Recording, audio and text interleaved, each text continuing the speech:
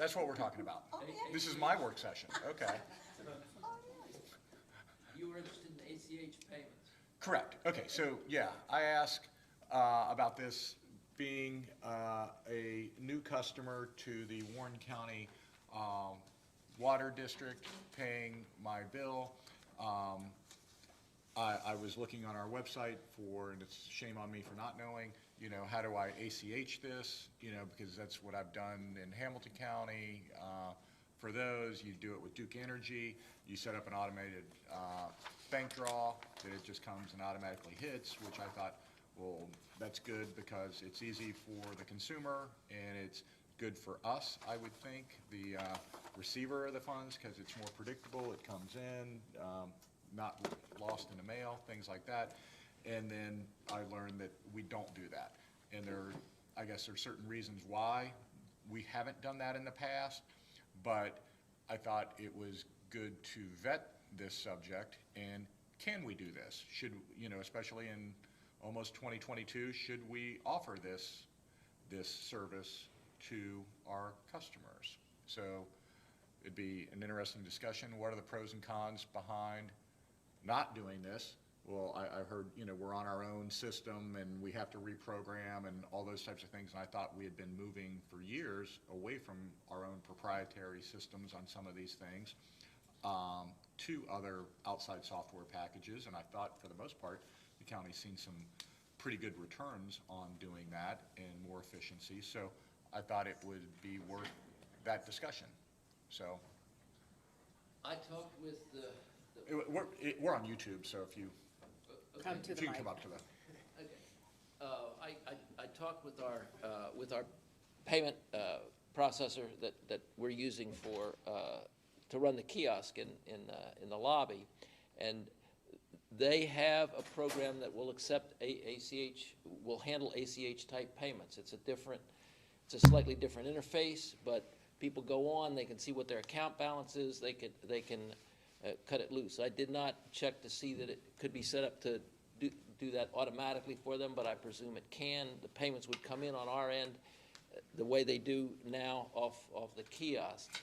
That's, so, and that would protect our system, which has been my concern with just giving out our account number so anyone can go in and use it to make an ACH payment for security. So we could handle it and then permit payments through this kiosk, or maybe possibly establish other kiosks around the county to accept A kiosk, payments. meaning it's a physical location? It could be, yes, but it would also be available on our website, and people could do it from their own home. Okay, that's the primary. I don't think anybody wants to come do it electronically in our lobby. If they're coming here, they probably want to hand it to somebody, but it's setting that system up on their own home computer. As I understand it, there's a setup charge and an annual maintenance fee, and then a convenience fee that normally they add back to the customer's bill in the same way we do now for a credit card payment or an e-check payment. But I know that's possible, at least through F&E, the outfit that we're working with. We would get a file in then that would have account numbers and amounts to be paid. That's where the customization would, there's the customization that would come in the setup would be at that point. Right. But at this point, that's not the kind of system that water and sewer, I mean, it would be a whole different deal for water and sewer. And my one concern about all that is the same series of numbers were used for water and sewer accounts as were used for real estate tax accounts when we did our own system, our own systems in those two arenas. And so we regularly get situations where people try to pay on their water bill and they put their real estate account number in, and so we get a payment for $11.14 or something on a real estate tax bill that we have to wind up. So to the extent that we could head that off before we get into this, that would be a benefit from the treasurer's point of view. Yeah, I think a lot of times the way my understanding is, yeah, number one, from a security standpoint, I have no idea what Cincinnati Water Works or Duke Right. Energy's account numbers are. Right. They don't disclose that to the customer. And a lot of times, they'll set up like even a trial ACH where it's, you know, they hit a Right. penny or something from your Right. account to make sure this is the right account, and that's the right bank, and they do just a trial run Mm-hmm. on it too. But yeah, I would think that that would be a lot more efficient than getting how many thousands and thousands of envelopes in, Chris, that we're literally manually opening. And you got any comments on this? So from your perspective, you were concerned about the security. Once we did a little digging, We that can handle that. concern's gone down. We can handle and that. Our vendor can do this. Yes, or at least, you know, one better. So if I may, Ben Cliff, the head of the IT department here, and I think he can explain some of the things that we do and don't do, so that everybody's on the same page. And a big concern always has been with checks. Anytime you get checks, whatever form they come in, some of them bounce. And so trying to avoid things where checks bounce, because that puts everybody in a bad position. So can you just tell everybody kind of what it works now? First, you gotta stand up. You were supposed to too, but whatever. So, Ben Clift with IT. First of all, what you're talking about and ACH is really two different things. ACH is just simply transferring electronically money bank to bank. We already do that. We receive money from several different places, ACH into the treasurer's office. Auto payment, where you set up to automatically receive your Duke bill or your water department, is a whole separate system that is gonna have to be set up through, the treasurer's office uses F&E payments. Chris and the water department uses a company called First Billing, and the building department for permits and stuff uses Municipay. They've contracted or signed some kind of agreement with these third-party billers to accept credit card payments, electronic checks, payments over the phone, and different companies charge that convenience fee to process it, because we don't store credit card information or bank account information in our system. If we do that, we have to become bank certified, basically, because you have all kinds of requirements to meet to be able to do that. So that's why we farm that out to a third party. So building and zoning takes e-checks, where you can go in and pay. You basically put your bank account information through, for them, they're using Municipay. So they use Municipay, and they do that. The water department was, when they first started with First Billing, allowing e-checks, but they received so many checks that were insufficient funds because they don't check that first.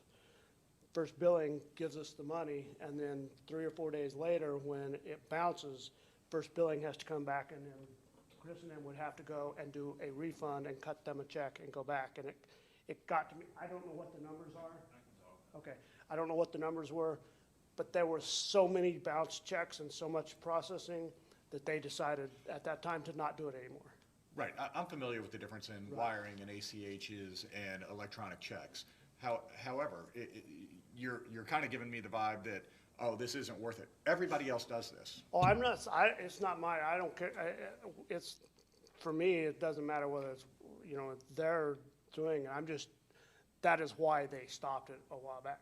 In order for First Billing to do it, they're gonna still do, even if we set up auto pay, and I believe Chris will talk more about it, he's talked to them about doing auto pay, and they can do it. We already send them all the information that they should need. We send them a list of every account in the water department with the billing every single day. So they have the billing information. So that, I think Chris is gonna talk more about that. I just wanted to make sure that we knew, that everybody knew that there was two totally different, auto pay is totally separate from ACH. But technically, I think once an auto pay happens and you draw, it's technically an ACH from the bank. It's not a wire. It It's an depends on ACH what bank from- it's coming from, yes. Yeah, I mean, it's still, when I call it an ACH, it's an auto pay, but it still uses the ACH, so the automated clearinghouse Fed Reserve System, I believe. If the banks are, and I don't know, FIS Global and Fiserv are the two major ACH clearinghouses that we do business with. If it doesn't come from one of those two places, we don't accept ACH. Because they have to be able to tell us when an ACH comes in, we have to know where it came from and what it was for. And that is the issue that, There's an issue there Right. that is sometimes difficult. Yeah, but again, I'm not saying, let's try this. Private sector always leads on things like this. Just about every other government entity that I know does do this. So it's not like we're new to the table, or this is some, let's try this is some newfangled thing. This is established standard operating procedure for just about every other government I know of. So people do it, I mean, they do it. Oh, yeah, And there's a way of we- doing it securely. It's just, how are they doing it? And let's replicate that, because interested to hear from Chris that I know technically we can do it. It's just, is there a will to do it, and what is the cost associated with doing it? But then, what are the savings on that cost, versus the capital cost up front of setting up a system? What is that capital cost, if anything? Because if there is a company that's going to charge a slight fee for every transaction that passes on to the consumer, then there might not be any. I'll take that residual income all day long.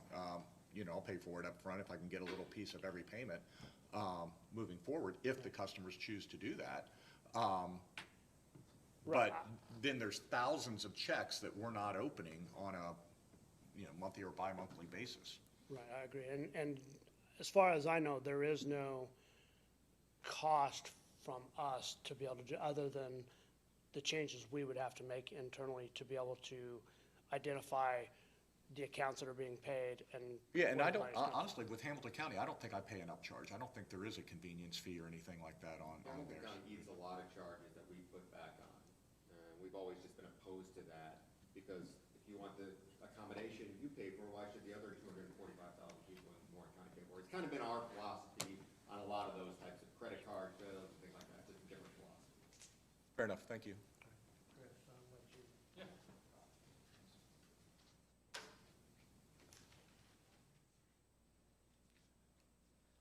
Intimidating, I'm gonna decide.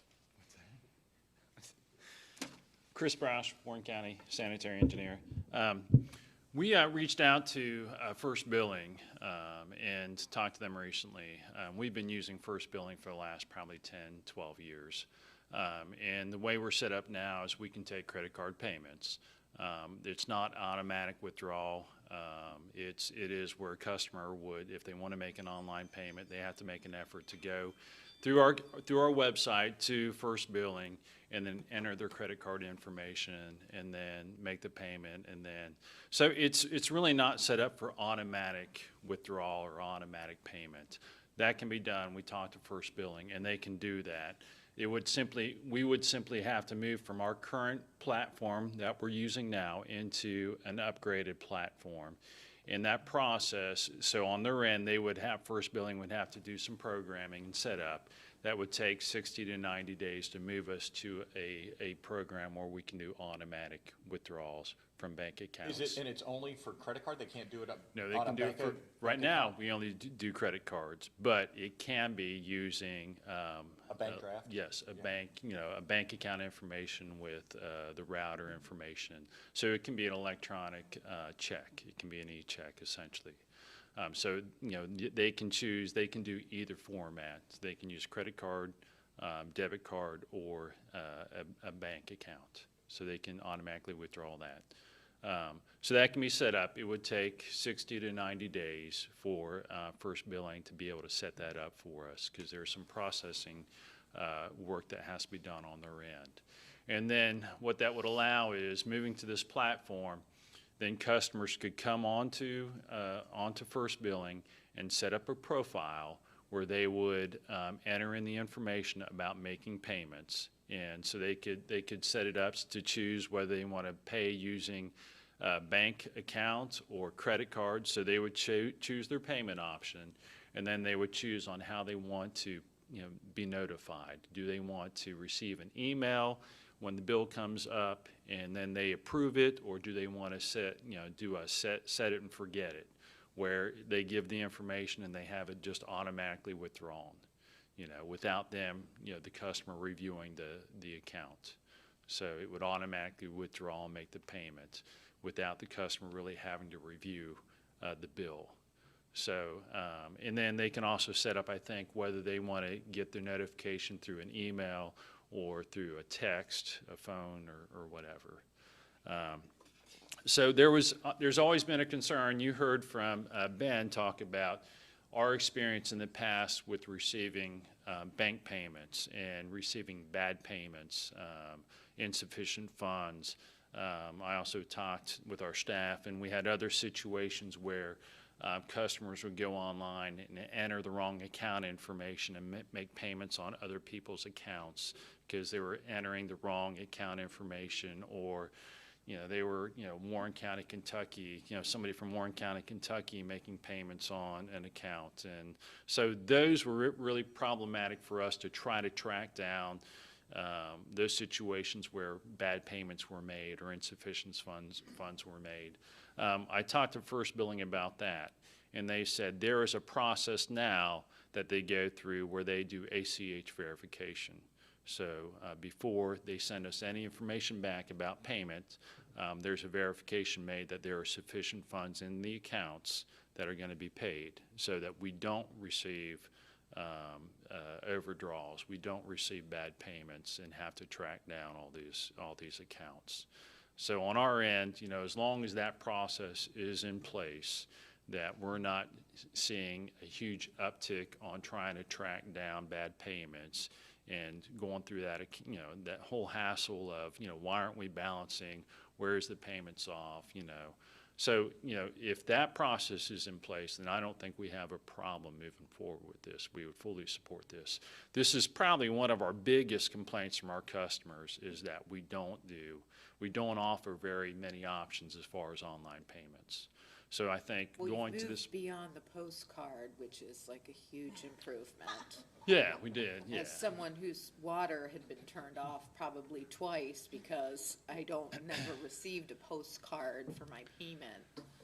So, yes, absolutely. We moved beyond that. We're sending out letters. We do have some options for online payments, but this, we would love to get to a place where we're receiving a large majority of our payments through electronically, because it does cut down on postal, it cuts down on our mailing cost, it cuts down on the time to open all those bills and post the payments manually, because everything does get posted manually.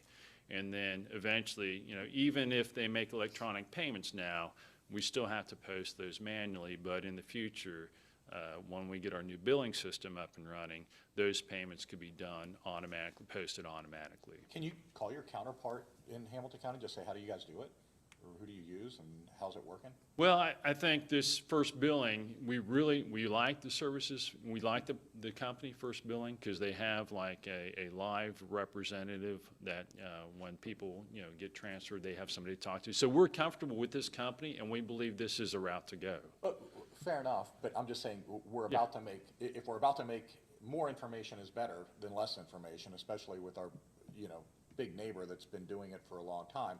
What's been their experience? How do you do it? Do you use a third-party vendor? Is there a simple way of doing this internal? Just those basic questions. Yes. Do you outsource this to somebody else, or is there a way of you're hitting the account? I don't know. I would think that would be kind of like a baseline of information of how are you guys doing it, as opposed to we're just full steam ahead. Here's one vendor, we've used them in the past, we're doing it this way, period. Yeah. I mean, we're constantly reaching out to other governmental entities. We work closely with Butler County. Our ties are probably a little bit closer with Butler County, but we can certainly talk to them. We can talk to Hamilton County. Make sure that the process we're heading down is the correct process. Yeah, I'm not saying don't go down that path. I'm just saying more information is better when we're about to make a fairly major change in the way we're doing things. We have more homework to do, certainly, on this, to make sure that we're doing it the best way possible. So what's the cost of the investment in the software upgrade that you need? So that's a great question. The cost to the county is zero. So they make that up on the back end with the convenience fees that they charge the customers. So right now, the convenience fee to make your credit card payment is $2.99.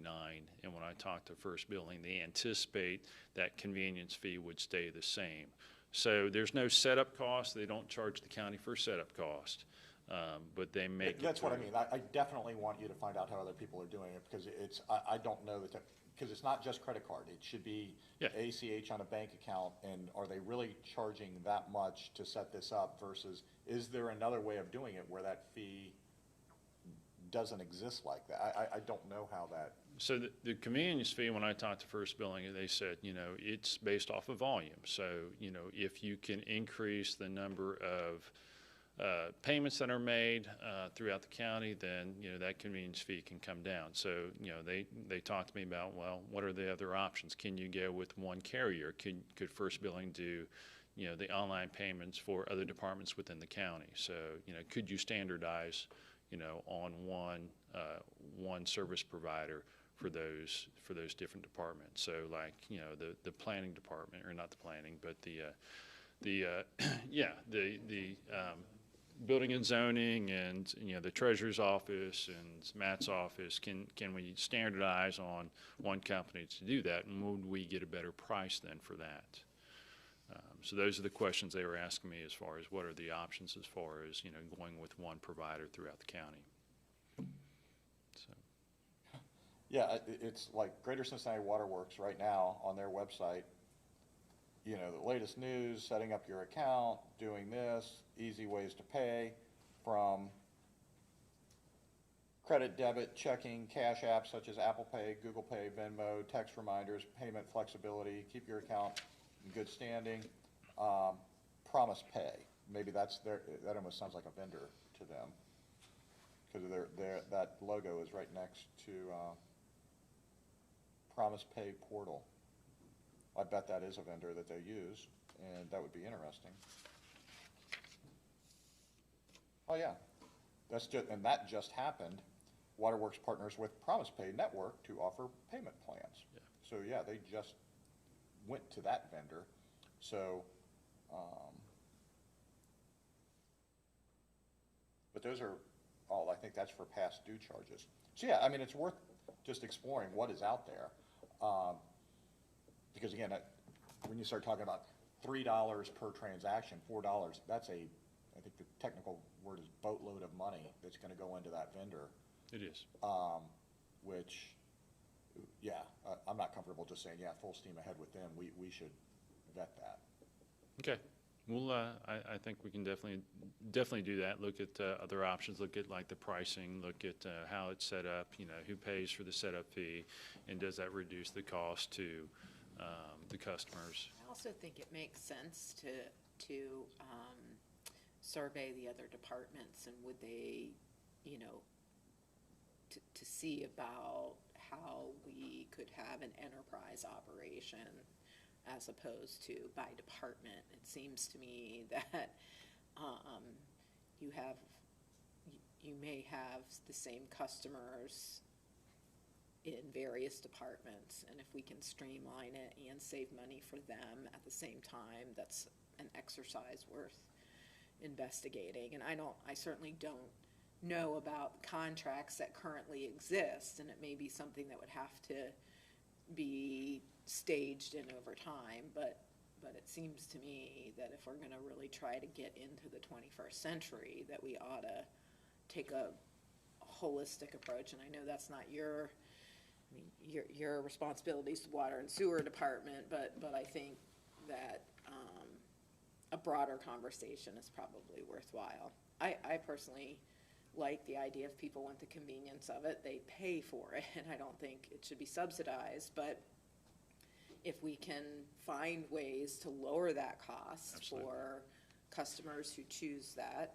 Yeah, I'm just saying, again, I own a payroll company, so I mean, I know that you can set up your automatic drafts, right, Matt, against, whatever. You can go into this savings account, that is savings account, directly out of your paycheck or even out of your bank account. I'm just saying, before we go down, I don't know that there's a big fee or service to doing it if the program is there. That's what I don't understand yet. There's a simple way of doing it from the payroll standpoint, so drafting and hitting your bank account. So could we be one more vendor that, wait, we put in that bank account information with the, again, I don't know how that works. I just know it looks like other entities have done that, but maybe they're all using an outside vendor like this, and if they are subsidizing, that's a legitimate discussion. No, I don't want the county to pay for that convenience, but I'm just saying, I don't know that that's the case. Let's think- find out if, and I think it's definitely worth looking at different vendors and trying to find out, what is the cost? What do vendors charge? And what's the best option moving forward to drive I'm just down saying, that cost? if there is a vendor, Yeah. I'm just wanting to guarantee, is there a vendor that does this? Or are these other entities, Cincinnati Water Works, basically just have a backdoor way of drafting the account? I don't know. I mean, I can tell you definitively, we've been looking at this a lot for everybody. We've been looking at exactly what Commissioner Jones talked about. Tyler has that option. There are some lovers of Tyler in this building. There are some people who hate Tyler in this building, but they are who they are. So they have an option for everybody to get on, and that's what we're looking at as one option. Makes sense because that's already our accounting software. We're looking at other companies. The treasurer and I have been trying to get everybody on the same credit card system for his whole career and my whole career. They offer different things to different people, so they don't always make it. But we are looking at that. But I can tell you, I've talked to every county. No one does as much in-house IT as Warren County. They're not even close to anybody else that does as much. Everybody else has a vendor that does everything. So we're that weird kind of, we do a lot with vendors, we do a lot in-house. So I can guarantee that they're all doing it with vendors. I'm glad to hear Commissioner Jones. I like having the individuals pay for their convenience rather than a subsidization of convenience for others, especially in Warren County. Barney gets asked all the time, why don't we have a pay-by-the-month program? Why don't we have some kind of program like that? Those cost money. We have a 99.7% payment rate. Why would we pay money for the 0.3 or 4%? Again, I don't think that's even, I think I just said, I don't want to subsidize it. Yeah, I agree.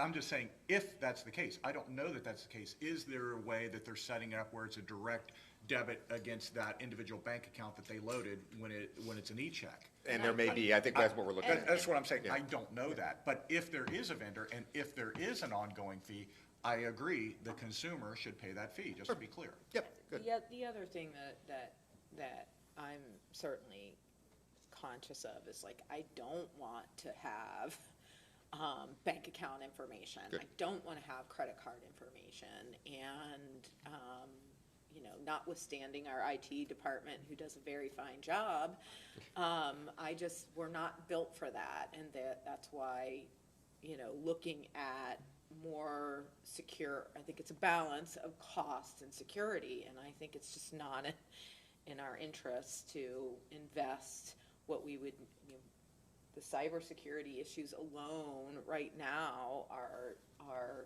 huge. And I'm not interested personally in anything that would give us access to anyone's banking information. That's been, since I took over the IT department, our battle has always been security versus convenience, right? They are antithesis to each other, and Ben always errs on the side of security, and I usually err on the side of convenience, and he usually wins. But that, security is our number one priority at all times. Okay, well, I appreciate it. Yeah, again, I don't want to reinvent the wheel. Other people are doing this. You guys are very, very savvy, and I appreciate all the things that the IT department does, and you've done a great job with this. It's just, we're now evolving more and more, and there's just no logical reason I can think of not having this option, especially in the context of, manually posting that many thousands, opening those, posting those, put them on the right account. I mean, that's just so labor intensive, and it just doesn't have to be. All right, fair enough. Yeah, and again, we don't have to do it in 30 days or 60 days. It's like, let's do it right. It's not like it's this rush to judgment of we have to do it this way. Let's vet this a little bit. If that's ultimately the vendor we use, that's great. But what else is out there? Because I just know, how many water bills are being paid each month or bi-monthly? We bill every other month, and we have 33,000 water customers. So it is a large amount of work that we have to do to post payments and send out payments. So, again, we are all fully in support of online payments and trying to reduce that. And because that is definitely the way to go. It'll reduce our workload. And especially when Ben gets that new billing system in place and those online payments are posted automatically then that will significantly reduce our workload. What I think we'd like to do, and we're happy to do this, is, we're happy to continue working with Ben and probably Matt and Barney on looking at our options and looking at, is there a sense to go with a single provider? Will that reduce our cost, and what are our options? So, we'll continue. I think we should probably form some kind of little task group here to go explore these options and then report back to you with our recommendations. Yes, I think Commissioner Jones just empowered you to have the holistic, you're blessed with a Great. ETF No, I had such subgroup. power. Yes. That is awesome. You're almost knighted now to look at this. And again, I think it is a good point of, it's not, you're low-hanging fruit. It's very simple for you because there's 30-something thousand bills and everybody wants to do it. But there is a bigger picture of, hey, any of these bills that are coming in through the county website, here's the way you pay them if you want to do it electronically. That's not a bad thought. If you're going to do it, maybe you do it all now. Yeah. So we'll continue proceeding forward and get back with you then.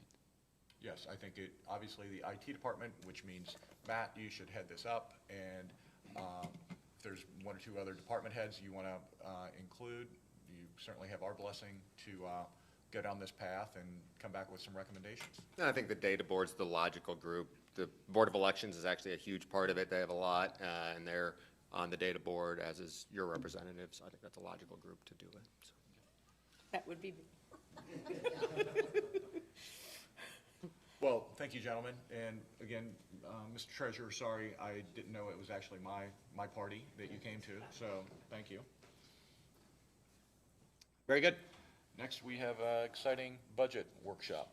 Or Matt, Can I Oh, steal oh, you yeah, for a yeah, minute before you do that? And this isn't on the agenda, so I apologize if it's not appropriate. But we had talked at the last meeting, I believe, about these tax holidays and the value increases, and I didn't bring anything to that meeting other than my presence, which is not enough.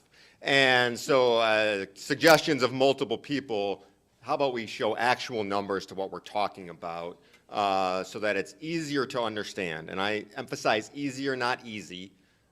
Former colleague of yours, Commissioner Kilburn, used to deride me regularly for making this too complicated. And I always said, it's not me, it is complicated. It is not a simple concept. There are lots of pieces to it. But I need your help as a body for two things. One, other people need to understand this, and I think you largely do, but we need kind of ambassadors to explain it, because it's not simple. can you expand column G there? That's what I'm trying to do, poorly. Where's the IT director? She walked out you on me. just click on G, just click on, double click on G.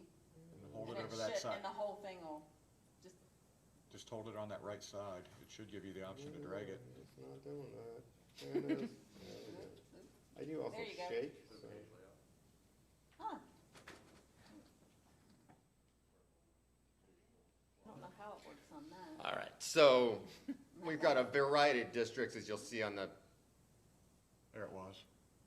toolbar on the bottom. it's like it's a box It on won't do top it, of a yeah. box. It's not really part of that, I know. That earlier Oh, part where I I said I had the see. IT department, let's ignore that part for now, and I don't know why it won't let you. just regardless, click on G what and that double click. shows for everybody is 100,000 and 115,000. So a 15,000, a 15% value increase, and it changes from district to district. I should have introduced, this is Austin Dawson.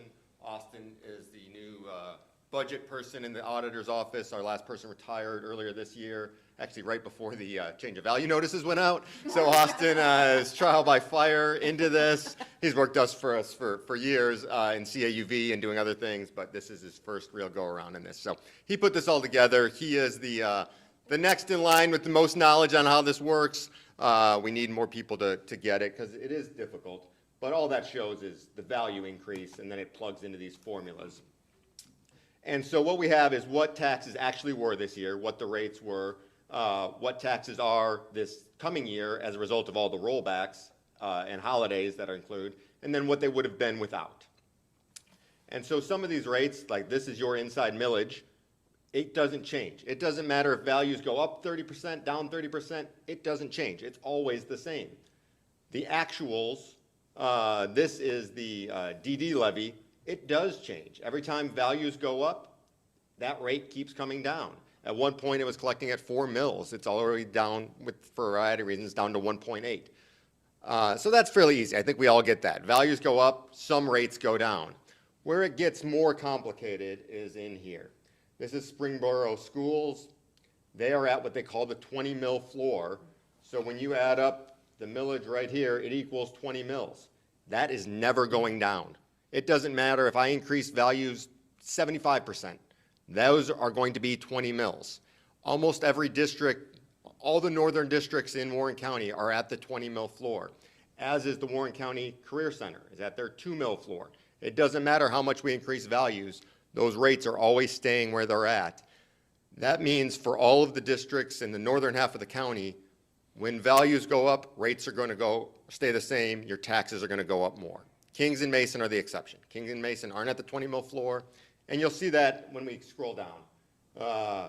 This is, again, Springboro Schools. This is what taxes were last year on a $100,000 home. This is what they will be this year on that same exact home.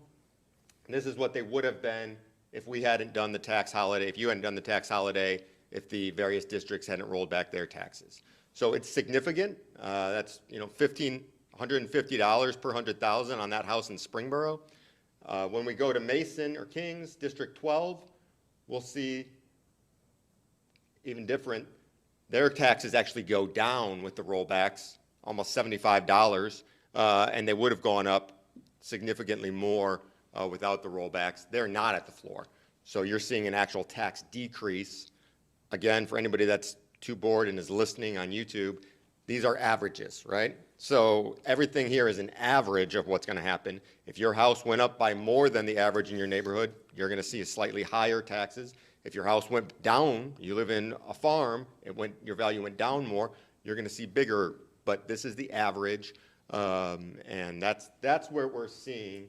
I would like advice on how to explain that better, because I know I don't do a great job of it, but that is how it works. Well, again, a lot would say I'm not very sophisticated, so I will put on my appropriate hat of not being that sophisticated. After you and I talked about this, I called Kevin Wise in Mason and tried to have him explain a little bit, because I wasn't getting, okay, so with this triennial revaluation, taxes go up. And so I was paying, on my $100,000 house, I was paying $100.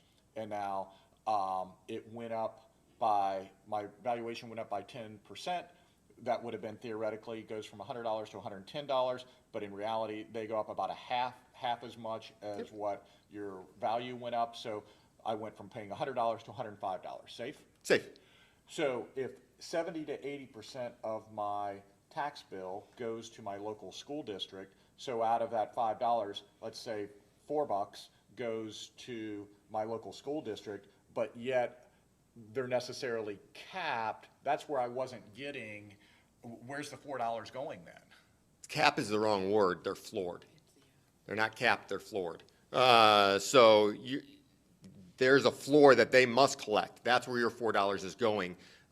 In your analogy, which I think is a perfect analogy, in Franklin, Lebanon, Mason, or Franklin, Lebanon, Carlisle, Springboro, it doesn't go up by 5, it goes up by 7. In Mason and Kings, it only goes up by 5, but in all those other districts, it goes up by 7 because of that floor. But the districts really are getting, net, the districts are going to be getting more revenue. Always, always, yes. Yeah, so it's not like it stays the same. They are getting more money. That's exactly correct. And I think schools overdo it some. We all overdo it some. I won't just throw the schools under the bus. We all do it over some and say, these levies are capped, but they're not actually capped. There are increases that happen in various levies. Every time values go up, every district in the county, the school district, JVS, the corporations, and the townships, I'll put it that way, all get more money. Every single one of them. That's where I was struggling when I kept hearing, no, it's not really because, our millage rate goes down, but I'm like, but if I'm the average schmuck on the street, which I am, I'm still writing a $5 more tax bill. It's going somewhere. It's finding that the balance in how we say it, because they don't get that full increase. My value just went up 17%, you're getting 17 more percent. No, that's too strong, but also you're not getting zero. You know, it's in between there, and so I think any side that's saying it too strongly is missing the point and hurting the argument. It's in the middle, but all of those entities are getting some more, just not the full amount more. That makes some sense, better? Yes. I'm having trauma, you're triggering me on House Bill 920, and I'm feeling I traumatized. regularly blame your former colleagues and the legislature for creating this mess, and literally every single cycle, they make it more complicated, not less. I've never seen a bill passed where they make it easier. I so. think the challenge, of course, is if you lifted House Bill 920, then what happens to it? The collections go up substantially. Absolutely. Yeah. Absolutely. So, you know, I totally appreciate the complexity argument, because it is maybe inartful. I mean, I guess arguably the fact that we have 613 school districts is maybe more problematic than from a funding For sure, standpoint. For sure. But, you know, the reality is if that wasn't there, that the increase to all the taxing districts would be substantial year after year after year. So while you're right, the taxes do go up with the reevaluation when the values go up. 920 is a constraint against against that. And I think this shows that really well.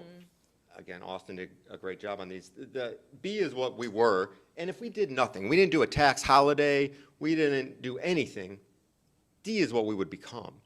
And it's an increase, don't get me wrong, it's a dinner out that you lose every year for a $100,000 house, but it's not it's not a 17% increase like these people felt in their property. It's not the equity in their home that they got.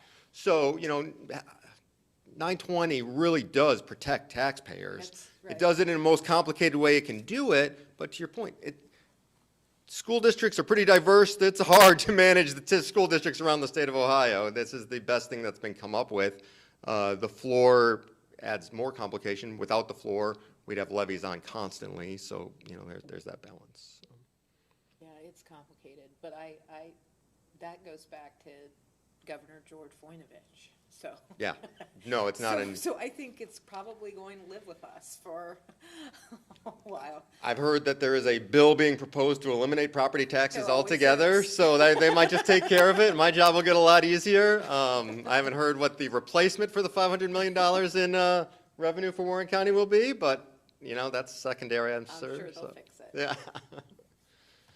This is helpful. Yeah, and we'll share that. We're going to put these up on the website. The problem is, to your point, we have 95 taxing districts in Warren County, each one of them unique. And so, you know, we have to talk someone in generalities and hope people get that these examples don't apply to you perfectly, but they're generally what's going to happen. Yeah. So. I do think examples are really helpful, and maybe some narrative to go along with, you know, scenario A, scenario B, scenario C. And I think it's less about the individual taxing district or community. I think it's more about the general, because this is still general. If you're looking at Mason, it's still general. So let's just not, my suggestion would be, let's just talk about it based on valuation. If your valuation looks roughly like this, or roughly like this, or roughly like this, with some narration around it, and to see how your particular taxing district is impacted, go here to see, you know, to see the spreadsheets. Because I don't know that it's useful to the average taxpayer to think about the concept based on the municipality. Rather, once they grasp the concept, then they can go, if they want more granular detail, to a spreadsheet that helps them kind of understand what happened. So that's where you're saying essentially on those numbers, on that taxing district, you're saving, or we're saving $411. On an average home, that's exactly right, yeah. And more in other districts, but yeah, that's exactly right. This was helpful. It is helpful.